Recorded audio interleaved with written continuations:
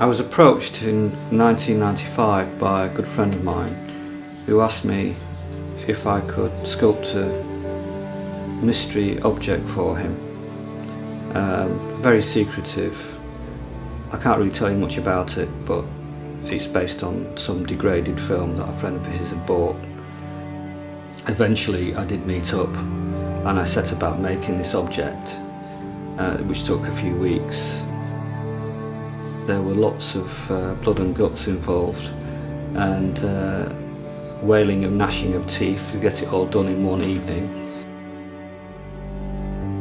My wife will woke me in the morning to say, "There's a message for you." And I said, "What is it?" And she said, "The eagle has landed."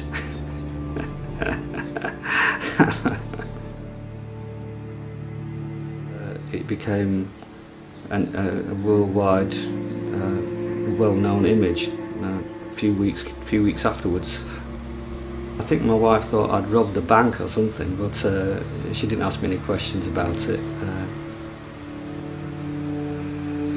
And I stayed silent about it for quite a few years afterwards.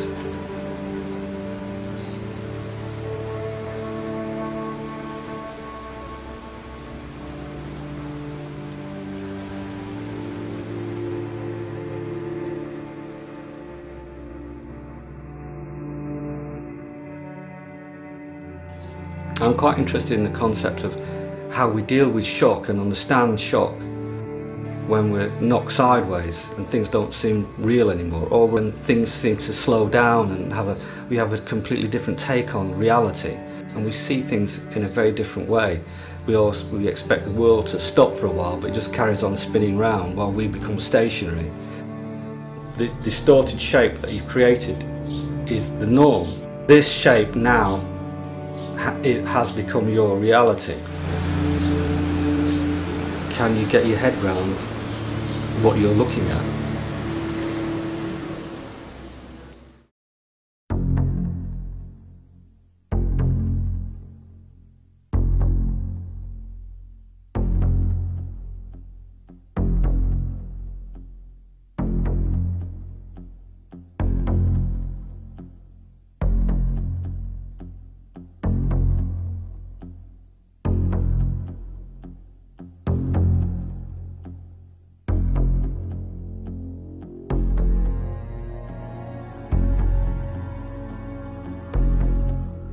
Nous avons donc cherché qui pouvait posséder cette pellicule, et vous savez que depuis le début de l'histoire, on parle d'un certain Volker Spielberg, qui est donc à la fois une de vos relations et quelqu'un qui vous a aidé, vous l'avez dit dans plusieurs interviews, à acquérir ce document aux États-Unis, car ce caméraman, s'il existe en tout cas, a vendu assez cher ces images. Et donc le résultat de notre enquête, que vous allez découvrir maintenant avec nous, tendrait à prouver que M. Spielberg possède effectivement les originaux du film dont nous voyons la copie vidéo, sachant qu'il travaillait dans une société qui fait de la vidéo à Hambourg. Nous nous sommes rendus sur place et voici la suite de notre enquête. En Allemagne, à Hambourg, à l'adresse de la société de Volker Spielberg, une société spécialisée dans la vidéo musicale, toute activité a cessé. Ses anciens collaborateurs et ses voisins ne savent absolument pas où il se trouve actuellement et affirment qu'il a quitté Hambourg du jour au lendemain. Volker Spielberg a été localisé dans un autre pays d'Europe et nous avons pu le joindre au téléphone. I want to be left alone. I'm a collector. I want to be out, and I want to have no contact with nobody regarding this matter because this is my personal thing. Volker Spielberg nous a confirmé qu'il possédait bel et bien les bobines originales de la soi-disant autopsie de l'extraterrestre. Il a aussi affirmé avoir en sa possession d'autres bobines d'un film inédit montrant une seconde autopsie. Quand nous lui avons demandé de nous confier quelques images des pellicules afin de les analyser, Volker Spielberg nous a répondu qu'il en parlerait avec Ray Santilli. À ce jour, nous n'avons toujours pas pu obtenir une seule image. Enfin, nous lui avons dit que si le film était vrai comme il l'affirmait, il appartenait certainement à l'humanité tout entière. Il nous répondit qu'il n'était pas sensible à cet argument. Il a rajouté qu'il ne voulait absolument rien avoir à faire avec les journalistes.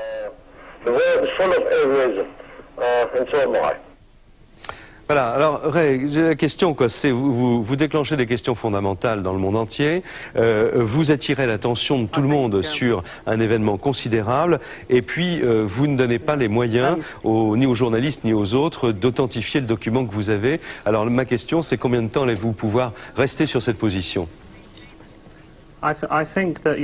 Vous savez, ce dernier extrait que nous avons vu justifie mon approche et justifie la façon dont je mène cette campagne. J'avais un accord avec TF1 et avec Jacques Pradel que certains aspects de cette histoire resteraient confidentiels. Je suis très déçu. C'est pour ça qu'il faut faire attention. Vous aviez promis que ces choses-là, certaines choses ne seraient pas dévoilées, et jusqu'au moment où ce n'est pas mûr pour tout dévoiler, nous n'allons pas le faire. Oui, mais nous n'avons pas les mêmes intérêts. Nous sommes redevables devant le public de lui proposer des histoires crédibles. Et si nous avons donc mené notre enquête directement sur le terrain, c'est parce que cela faisait des semaines que nous vous demandions d'entrer en contact avec M. Spielberg et que votre réponse était toujours la même. Demain, peut-être, je vais voir, il n'est pas là, il va rappeler, etc. Or, nous avons une émission, c'est ce soir. Et donc, nous avions besoin d'un certain nombre de réponses. Et j'ajouterai, si vous me le permettez, en m'excusant auprès de vous de mon indélicatesse, mais d'après l'enquête que nous avons menée, M. Spielberg n'est pas un collectionneur de films. M. Spielberg n'est pas l'homme qu'il dit être, et je ne sais pas ce qui l'anime exactement, ni pour quelle raison il tient à ne pas divulguer ces documents. La question que vous ne pourrez pas nous empêcher de nous poser un jour, c'est: y a-t-il seulement un film? Je sais que j'ai donné tout ce que je peux maintenant. Il n'y a rien d'autre à révéler au public à l'heure actuelle. Mais alors comment ressentez-vous juste une question? Excusez-moi de vous interrompre, mais une question. Moi, je ne comprends pas une chose. Pourquoi est-ce que, même si ce n'est pas vous qui avez la décision, pourquoi les personnes qui possèdent cet original ne donnent pas les moyens d'authentifier la pellicule, puisque vous savez très bien qu'une authentification de la pellicule multiplierait le prix, puisque vous avez parlé vous-même d'une campagne et d'une opération commerciale, le prix de votre document serait multiplié par 100, par 1000, par 10 000. Il n'aurait plus de prix si on était sûr que ce document était authentique. Alors, comment pouvez-vous rester sur cette position? Comment pouvez-vous nous faire croire que vous ne voulez pas qu'on authentifie votre film si ça n'est pas une escroquerie?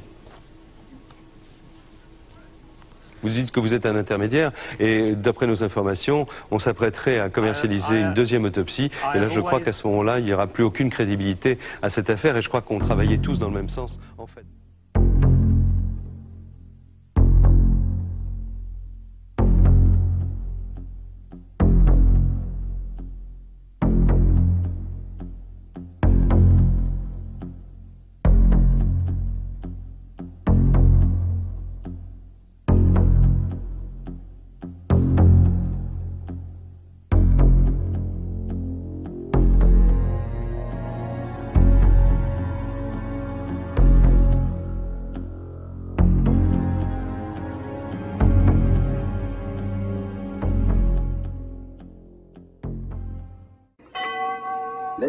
Le 30 octobre 1938, Orson Welles et sa troupe de théâtre du Mercury diffusent à la radio une adaptation du roman de science-fiction La Guerre des mondes. Cette histoire d'une invasion martienne, transposée dans le New Jersey aux États-Unis, est présentée sous forme de flash et de reportage, passe pour un vrai direct et provoque une confusion. Personne n'a oublié le jour où la radio a annoncé que les Martiens débarquaient sur Terre. Derrière le micro, un homme, Orson Welles. De sa voix terrifiante, il hurlait que les Martiens avaient atterri à Grover's Mill, un bled perdu des États-Unis où ils avaient commencé l'extermination de la population. Pour les 12 millions d'Américains qui n'ont pas compris qu'il s'agissait d'une pure fiction, c'est la panique, l'apocalypse, le début de la fin du monde.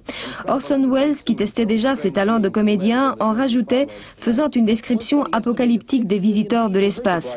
Des gros ours luisants, avec une bouche en V dégoulinante de salive, l'horreur pure et simple.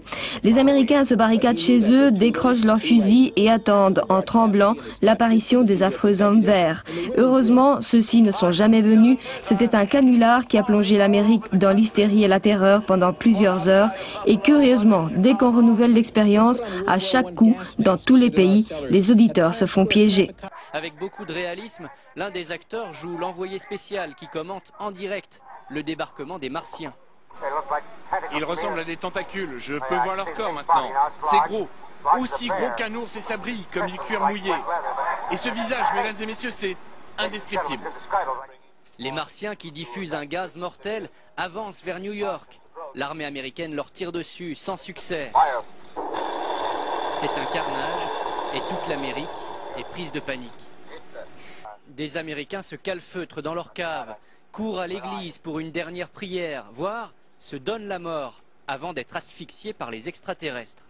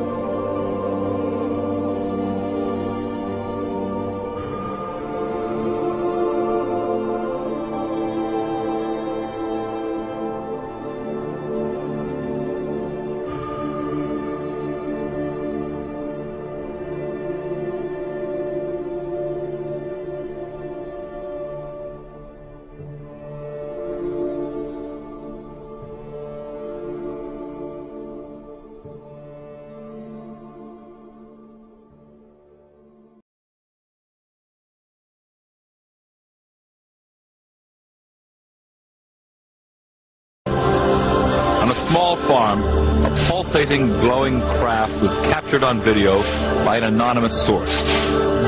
Could this be the first videotaped account of an alien spacecraft landing on terrestrial soil? Bob Exler, a former NASA mission specialist, received the tape in the mail along with strange documents and a fingerprint from a source known only as The Guardian.